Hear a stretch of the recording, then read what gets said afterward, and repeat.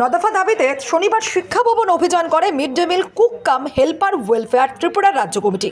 দাবিগুলি হলো mid day meal কর্মীদের ন্যূনতম বেতন 18,000 টাকা করতে হবে, 10 মাসের পরিবর্তে 12 মাসের পারিশ্রমিক প্রদান করতে হবে, মিড ডে মিল কর্মীদের বার্ষিক বোনাস দিতে হবে ইত্যাদি।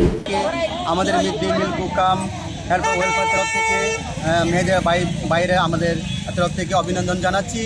আজকে আমাদের যে উদ্দেশ্য এগুলো যে আমাদের মিড ডে মিল কুক কাম হেল্পার ওয়েলফেয়ার তরফ থেকে আজকে আমাদের এই প্রোগ্রাম করা হয়েছে।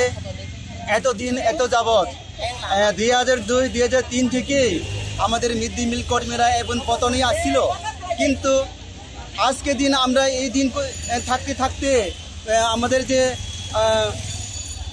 মিড ডে মিল কর্মীরা দিনের 50 টাকা করে, দিনে 30 টাকা করে কাজ করে করে ডিউটি করে আমরা এতদিন এত বছর আয়া করছে। তাহলে তো আমাদের তো আরও সহ্য হবে না, আমাদের পেট তো মানে না। কিন্তু যখন আমাদের যে 50 টাকা দিন পেয়েছে এবং 30 টাকা দিন পেয়েছে, তবু আমাদের আমাদের মিড ডে মিল কর্মীরা কিন্তু দিন পৌঁছে না। যার ফলে আজকে আমাদের যে দাবিগুলি নিয়ে আজকে আমাদের শিক্ষা ভবনে আওয়ার জন্য আমাদের যে সারা ত্রিপুরা মিড ডে মিল কর্মীরা সবাই আসার জন্য প্রস্তুত করা হয়েছে।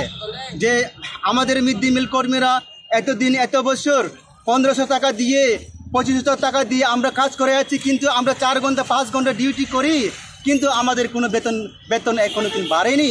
কিন্তু মানুষের ঘরে যদি কাজ করতে গেলে 400 টাকা 500 টাকা দিন মজুরি হয়ে গেছে, কিন্তু আমাদের মিড ডে মিল কর্মীরা 4-5 ঘন্টা ডিউটি করে আমাদের আজ অবধি কিন্তু 73 টাকা হাজিরা করে আমরা এখন পর্যন্ত আমরা চলে থাকি, কিন্তু আমাদের পরিবার আমাদের পেট কোনো তিনি ভরেনি।